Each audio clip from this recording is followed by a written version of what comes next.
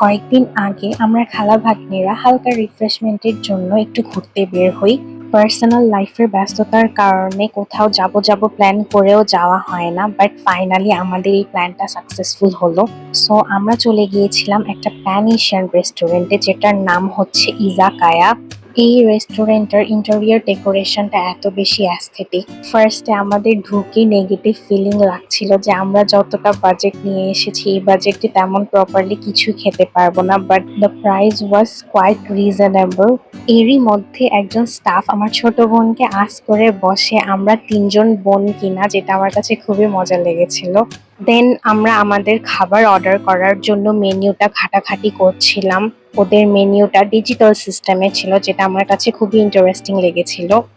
So আমরা order করেছিলাম deep fried shrimp মাকি role, খুশি আগে, আর তিনটা ড্রিঙ্কস যেগুলো বেসিক্যালি জুস ছিল।